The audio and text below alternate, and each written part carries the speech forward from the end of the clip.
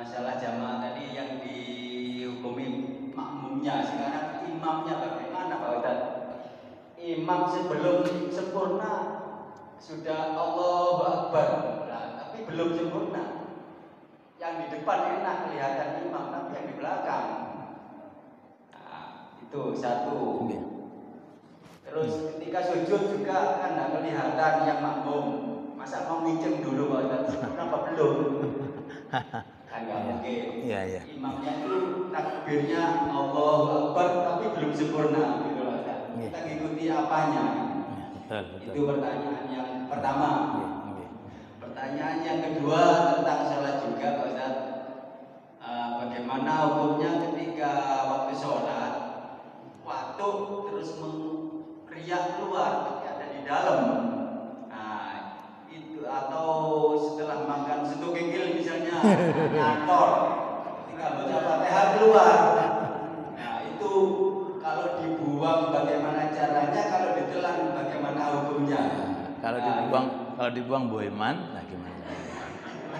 Itu aja Pak Ustaz. Terima kasih. Mudah-mudahan bermanfaat. Assalamualaikum warahmatullahi wabarakatuh. Monggo, mungkin lewat napa? Surat atau mungkin langsung monggo nggih niki bebas pertanyaan nggih. Atau mungkin ada pertanyaan yang disampaikan kali takmir, mungkin disampaikan oleh kula kados riyen monggo nggih. Semua rutinan saya itu saya buka pertanyaan, semua. Di mana-mana saya membuka pertanyaan nggih. Pertama terkait tentang kondisi betul yang disampaikan Pak Ino, betul, sangat betul. Itu kalau bagi yang belakang imam pas bisa, tapi kalau bagi yang di belakang otomatis nggak bisa. Nah, itu hukumnya seperti orang sholat di depan Ka'bah. Nek sholatnya pas di depan Ka'bah, harus betul-betul madep Ka'bah karena di depan Ka'bah. Tapi bisa kita hadirkan adalah masalah yang sering-sering terjadi. Nggih, monggo mungkin jika ada pertanyaan bagi para jamaah putra maupun putri, nggih. Terkait tentang sering-sering kejadian orang mendahului imam, makmum sholat di belakang imam. Kadang-kadang ada makmum itu dia dahului imam. Imami belum ruku, dia sudah ruku. Mungkin karena ngantuknya geleng. Ada juga yang bersamaan dengan imam, ruku'e bareng, iktidalnya bareng. Ada juga yang terlambat. Imamnya sudah ruku, dia masih ngadeg.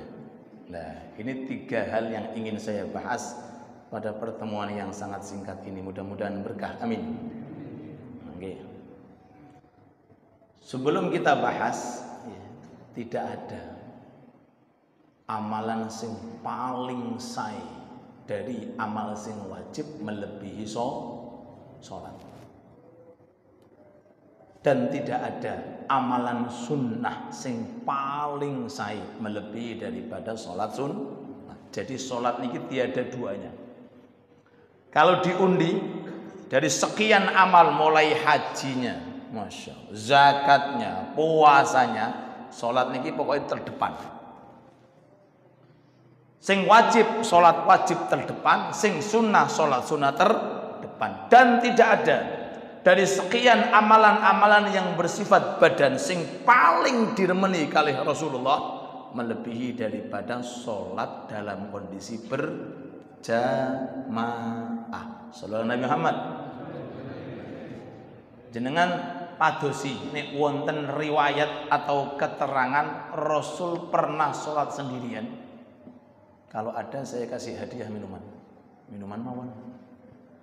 Enggak ada. Selama di kota Madinah selama 10 tahun belum pernah termaktub dalam kitab sejarah. Di situ ada keterangan Rasul sholat sendirian.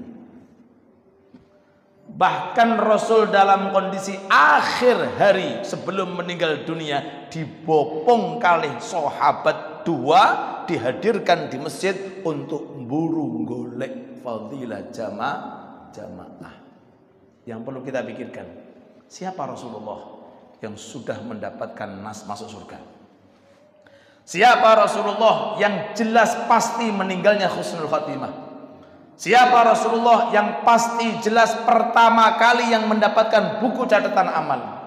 Siapa Rasulullah yang jelas pasti akan selamat ketika melintas siratal mustaqim, dan di surga pasti tempatnya firdausul a'la. Tapi dengan kelebihan semacam itu ingin menunjukkan kepada kita bahwa sholat berjamaah tiada duanya. Sallallahu Nabi Muhammad.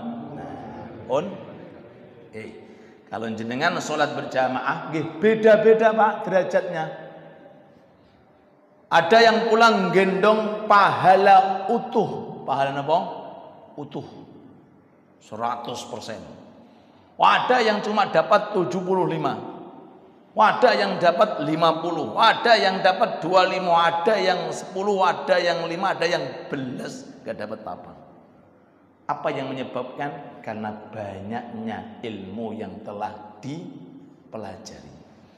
Orang jamaah kedah gadai toto cara bagaimana sholat berjamaah. Di antara niku seorang makmum ketika menjadi makmum mau nggak mau harus ikut imam. Nek nggak ikut sholat dewi ndak? Sholat dewi. Berarti kalau ikut imam, berarti bagaimana trik yang paling bagus, yang paling afdol? Karena kalau seseorang itu tidak tahu dalam kondisi sholat berjamaahnya, trik dan teorinya, bisa juga pahalanya niku dipereteli. Napa? Pahalanya niku mereteli dewi-dewi karena ini makruh menghilangkan fadilah. Ini makruh menghilangkan fadilah. Loh niku Pak. Pertama, afdolnya sholat berjamaah bagi makmum menunggu gerakan imam di saat imam itu mengerjakan suatu rukun dalam kondisi sempurna. Ulangi malih. Ketika imam sedang ruku, mau ruku, selesai Fatihah waladhdallin Yasin Allahu Akbar. Ruku imam. Jenengan makmum kapan ruku? Supaya mendapatkan derajat sing komplit. Ruku jenengan ketika nunggu imam itu ruku tapi dalam kondisi ruku yang sempurna. Ngertos ruku yang sempurna seperti satu papan. Ketika imam itu kepalanya sudah sampai setara dengan punggungnya, namanya kasafhatil wahidah, seperti satu papan, baru makmum ruku. Allahumma shalli ala Muhammad. Ini trik dan teori jamaah sing paling afdal, sing paling gede, nggak ngurangi sama sekali fadilah ikut imam dalam ruku. Ikut imam dalam ruku. Fadilahnya beda, mboten 27. Nek 27 niku tadi saya sampaikan tetap dapat walaupun mendapati imam dalam kondisi tasahud akhir. Nek jamaah. Ini fadilah ketika mengikuti imam dalam ruku. Untuk fadilah ketika mengikuti imam dalam i'tidal dapat. Masya Allah Pak. Dalam sujud pertama dapat, sujud kedua dapat, duduk antara sujud dapat. Dari mana itu? Dari ilmu yang kita kaji. Mudah-mudahan berkah dan manfaat. Terus jenengan badai i'tidal nggih sami. Jangan i'tidal sebelum imam ini dia tegak lurus seperti tiang. Kalau sudah sami Allahu liman hamidah, imam sudah tegak lurus, baru jenengan bangun ke arah i'tidal. Ini contoh, yang lainnya tinggal mengikuti. Semua rukun seperti itu. Sujud, biar imam sujud komplit, baru jenengan sujud. Duduk, biar imam itu duduk secara sempurna, baru jenengan duduk. Begitu pula seterusnya. Nah, ini hal pertama. You understand? Yes. Ibu-ibu bingung, itu bahasa apa nih? Iku tok gua ngerti, Bu. Lane gak ngerti. Welcome tok, thank you. What your name? Dengan I love you tok is. sisane ra paham. Cek mboten tegang jenengan. Pun. Permasalahan satu, kalau seandainya ada makmum mendahului imam. Makmum urung ruku, dhek ruku. Kan biasanya ono. Jenenge makmum begedut, napa? Napa? Ngetes begedut. Bahasa Jawa niki, Pak. Napa bahasa Tuban nih? Wong Tuban paham begedut. Ngeyel. Makmum sing begedut, ora nurut sampai imam. Loh, imamnya belum ruku, dia sudah ruku. Loh, kalau kejadian, ini bagaimana sholatnya? Loh, ini harus kita pelajari. Ini urusan akhirat, Pak. Ini urusan dunia, keliru gak apa-apa, Pak. HP rusak, bawa ke counter, tambah rusak, ndak apa-apa. Paling-paling diseneni ngono wae. Ndamel rumah. Ternyata sokone keliru. Bongkar selesai, gak ngefek. Tapi nek salah sholat, ayo saya. Ya napa jenengan? Salah wudu nih, salah ibadah. Loh. Mau nggak mau kita akan merasakan nanti di akhirat. Karena akhirat nggak mungkin akan sirna dan kita nggak mungkin akan mati. Makanya sebelum saya lanjutkan, di surga itu ada beberapa orang yang susah. Ada beberapa orang yang susah, nelongso. Delok koncone padha ning dhuwur kabeh, masyaallah, derajate tinggi, dhek ning ngisor dhewe. Loh, padahal kalau dia di dunia mau mengerjakan seperti dia dapat cuma begedut, no? Tadi begedut. Loh. Orang yang punya ilmu dari kalangan orang mukmin derajatnya beda dengan orang mukmin tok sing ndak punya ilmu, walaupun sama-sama masuk surga. Sama-sama sholat tapi beda sing jamaah dengan yang tidak jamaah. Sama-sama sholat sing soft awal, maaf, beda dengan soft yang kedua, soft yang ketiga. Begitu pula amalan taat yang jadi nelongsone penduduk surga itu karena dia merasa kenapa ya waktu di dunia yang singkat kok gak sergep ngelakoni toh, padahal gampang ngelakoni dan fadilahnya sangat tinggi besar di sisi Allah. Kita kembali. Masalah yang pertama, sholatnya tetap sah. Makmum rukuk dulu. Allahu Akbar. Imami saya ngadeg. Hukum sholatnya tetap sah, tapi dosa. Dosa. Hukumnya haram. Nggih. Jadi melanggar. Tapi keharaman yang dilakukan tidak menimbulkan sholatnya itu batal. Tetap sah, cuma hukumnya haram kalau satu rukun. Lah, kalau seandainya ono sing luwih ndablek lagi, tadi kan ndablek, saiki luwih kenapa? Imame urung ruku dhewe wis itidal. La ilaha illallah. Iki jenenge nemen iki. Nah ana wong dijiwir wae Pak ngaji wae. Imame lo belum ruku ibu, dia sudah berarti apa? Ngelancangi dua rukun, haram dan batal sholatnya, dosa dan batal sholatnya. Allahumma sholli ala Muhammad. Nggih. Kecuali kalau dalam kondisi darurat. Kadang-kadang ada orang tertidur ketika sujud dikira wis lungguh, Allah lungguh. Oh, isih sujud kabeh. Dia ngantuk dengan sujud. Dikira anak gresek, dikira imamnya Allahu Akbar, dia bangun duduk. Nggih, itu ma'dzur namanya. Namanya ma'dzur. Ini ada orang ingat, melek, tahu, kok tiba-tiba dia langsung ruku. Yang pertama haram dan sholatnya tetap terus, cuma mengurangi fadilah. Dan ini lho Pak. Segala sesuatu sing dilarang itu mengurangi yang namanya kadar pahala kita. Ada orang sholat, sitae menang, sitae dolanan jenggot. Beda napa mboten? Beda. Cuma dolanan jenggot, apalagi sampean SMS-an bareng, tambah nemen. Loh.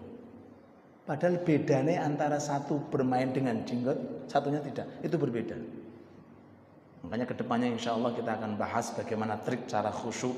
Ya cuma ngomong mawon niki Habib kula. Kalau rawuh nggih prakteke nggih wallahu a'lam ya. Kadang-kadang nggih prakteke niku nggih mbah. Allahu Akbar. Ki ana mangane apa ora ngaji. Ki ana wedane apa ora. Iki sing hadir akeh apa sithik. Padahal nonton bareng. Hilang Mbak konsentrasi. Nggih, paham nggih? Ini yang pertama. Yang kedua, kalau ada seandainya makmum dia setiap gerakan sholat itu bareng terus dengan imam, bareng. Imam ruku dia melok ruku, bener ngeten ruku. Itidal Allah Akbar. Jadi gak ngerti sing belakang iki jenenge imam ndi iki. Kok bareng-bareng kabeh, Sujudnya nggih bareng, sedanten bareng. Semuanya sama. Hukumnya napa? Mboten dosa. Cuma makruh. Napa? Makruh. Hukumnya makruh, tapi enggak dosa. Dan tidak membatalkan sholat. Hanya makruh. Berarti kalau kullu makruhin fis shalah yufawwitul fadilah. Setiap kemakruhan yang dilakukan di dalam sholat itu bisa menghilangkan daripada kadar pahala pada sholat tersebut. Allahumma sholli ala Muhammad. Kecuali sunnah bareng. Napa? Tadi makruh hukumnya, ini ada sunnah bareng. Justru dianjurkan kita bersama-sama dengan imam. Satu, ketika kunut pada kata-kata fa innaka taqdi wa la yuqda alaih. Kan ngoten. Sing kunut niki, Allahumma hdina fi man hadait. Jangan jawab amin. Amin apa menang jenengan? Kadang-kadang ngantuk yang menang dong. Kulo niku kadang-kadang dados imam mbek alir pondok gregeten kulo. Kulo sing ndonga udah meneng kabeh kena jenenge makmum ning ndi do ngantuk kabeh. Sampai kulo get Allahumma hdina fi man hadait. Meneng kabeh bocah-bocah laopo. Nah, jenengan nggih ngoten, Pak. Nggih. Nggih, sake imam Pak, wis metenteng-pententeng ndang gak ono sing amin iki. Nek doa kunut Allahumma hdina jenengan mboten usah ngomong, mboten usah baca, jangan cukup amin amin. Ketika sampai fa innaka taqdi wa la yuqda alaik terus jenengan nggih maos sesuai yang dibaca oleh Nah niku dianjurkan bareng bersama-sama. Nggih, nek teng Indonesia biasanya dipelankan. Dipelankan karena apa? Tidak mengandung doa. Jadi kunut itu ada dua isinya. Ada yang berupa doa, ada yang berupa sana ngalem-ngalem tanpa doa. Sing doa nggih Allahumma hdini sampai min syarri ma qadait. Nggih, terus. Setelahnya fa innaka taqdi niku mboten donga, niku memuji Allah. Jadi jenengan mboten usah amin, udah ngamin. Sing diamini apa iki? Itu jenengan makmum dianjurkan nggih maca fa innaka taqdi wa la yuqda alaih. Terus wa sallallahu ala sayyidina itu mestinya nggih niku jenengan mboten baca, jenengan cuma ngaturake amin seperti Allahumma hdina. Cuma di Gresik ini sendiri saya orang baru dari Tuban ke Gresik tak delok kok ngene ya wis melok aku melok ngono wis melok bismillah. Mungkin ada pendapat lain tapi mestinya ya makmum amin dan imam mengeraskan suara. Karena apa? Itu doa. Seperti Allahumma hdina kan wa sallallahu. Artinya ya Allah berikanlah salawat salam kepada nabi kita yang akan memberikan syafaat jenengan. Amin. Cuma yang sudah-sudahlah. Kalau seandainya ada sebagian masjid atau musola kok seperti ini, niki sing bener.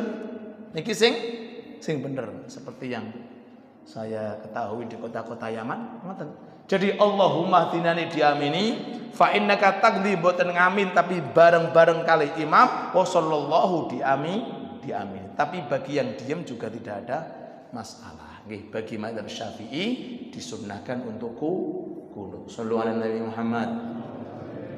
Nggih. Sebelum saya lanjutkan, ini yang pertama terkait hal yang sunnah makmum bersamaan dengan imam. Kulo kasih sponsor selingan tanggal 22 Agustus. Guru kami Al Habib Umar bin Hafid akan datang membuat tabligh akbar di Gelora Joko Samudro. Tanggal pinten Ibu Bapak? 22 Agustus ba'dal isya. Monggo jenengan ada waktu hadir semuanya supados jenengan ngertos gurunipun para asatid yang datang dari Yaman dan niku gurune diantaranya guru kula Habib Umar bin Muhammad bin Salim bin Hafid. Alhamdulillah dari sekian banyaknya kota di Jawa Timur beliau memilih kota Gresik. Alhamdulillah, insyaallah barokahnya Sunan Giri, barokahnya Syekh Maulana Malik Ibrahim, barokahnya Habib Abu Bakar Qutub As-Segaf ini beliau lebih memilih di kota Gresik. Monggo jenengan manfaatkan kalau ada waktu tanggal 22 Agustus ba'dal isya. Mudah-mudahan Allah Ta'ala berikan sehat walafiat jasmani dan rohani. Amin ya rabbal. Kita kembali yang pertama, sunnah bareng makmum dengan imam. Yang kedua, amin. Kenapa? Amin. Ketika imam mengucapkan waladhdallin. Nah, biasanya kadang-kadang itu urung waladhdallin amin. Sing diamin iku apa? Lagi ghairil maghdubi alaihim amin. Dongane urung bar dan diamini kok. Sunnahnya itu sejenak jenengan makmum tunggu imam mengucapkan amin. Nah, imam pun nggih kedah ngertos bahwa beliaunya ditunggu oleh makmum. Jadi sambung waladhdallin amin dipek dhewe jeneng. Tapi sejenak waladhdallin. Aminnya itu antara imam dengan makmum sunnah bersamaan. Yang tadi masalah itu kan makruh Pak, rukuk bareng makruh, i'tidal bareng. Ini ada beberapa hal, di antara pertama yaitu ketika kunut fa innaka taqdi, yang kedua ketika bersama-sama baca amin. Ulama mengatakan nek pengen menghadirkan Jibril dalam sholat Anda, jenengan injeng-injeng amini imam. Apa bahasa injeng-injeng itu ayo? Ya, yuk injing-injing apa injing-injing yuk. Anak muda sekarang gak arang ngerti bahasane wong kuno iki. Injeng-injeng artinya apa? Napa? Perancang-ancang Pak Lukman, ancang-ancang. Tambah Jawa mana iki? Injeng-injeng artinya jenengan tunggu, jenengan perhatikan sampai jenengan dapat aminnya dengan imam, disitulah Jibril turun. Makanya sholat jamaah itu nggak bisa ditandingi karena di antara hal di dalam jamaah bisa mendatangkan Jibril untuk mengatakan amin. Kapan? Ketika makmum bareng-bareng dengan aminnya Kalau sudah aminnya imam bareng dengan makmum, kemudian Jibril mengamini, doa yang paling mustajab saat itulah akan dikabulkan oleh Allah Subhanahu wa ta'ala. Doa apa? Doa dalam Fatihah, ihdinas siratal mustaqim. Tapi kalau seandainya imam itu ngamin dulu, makmumnya carry, Jibril gak turun. Gak turun Jibril. Atau sebaliknya makmumnya dahuluan, imamnya carry, Jibril gak turun. Turunnya Jibril ketika subhanallah antara amin imam dengan makmum bertemu. Amin. Baru Jibril juga mengatakan amin dan doa kita dikabulkan oleh Allah. Mudah-mudahan berkah amin ya rabbal. Tinggal terakhir yang dianjurkan bahkan disunnahkan untuk bersamaan ketika ada ayat-ayat dibaca. Enggak semuanya ayat. Setelah Fatihah baca ayat, itu ada beberapa surat kita dianjurkan untuk mengatakan doa atau lafal-lafal tertentu. Seperti di dalam surat Wat-Tin, Wat-Tini waz-Zaitun, wa Turi Sinina, wa hadzal baladil amin. Terus alaihissallahu bi ahkamil hakimin. Napa sunai anak-anak TPG? Bala. Napa? Bala. Wa ana ala dzalika minasy syahidin. Enggak semuanya surat. Bala wa ana ala dzalika minasy syahidin. Itu makmum dengan imam disunahkan membaca dan disunahkan pula bareng dengan imam. Ketika imam mengatakan alaihissallahu biahkamil hakimin, bala, langsung imam dengan makmum bersamaan. Itu diantara contoh dalam Al-Quran. Enggak semuanya Al-Quran yang setelah dibaca ada doa-doa atau kata-kata tertentu semacam itu. Pun nggih. Terakhir masih pinten isya ini. Ngombe ini saya telu urung utuh nanti ngombe. 10 menit. Oke. Monggo kalau tunggu pertanyaan, 2 menit saya terangkan yang terakhir. Bagi yang terlambat, imamnya sudah ruku, dia masih berdiri. Maaf, imamnya sudah ruku, dia masih berdiri. Namanya terlambat. Mungkin Fatihah belum dibaca karena mungkin ngelamun atau ngantuk.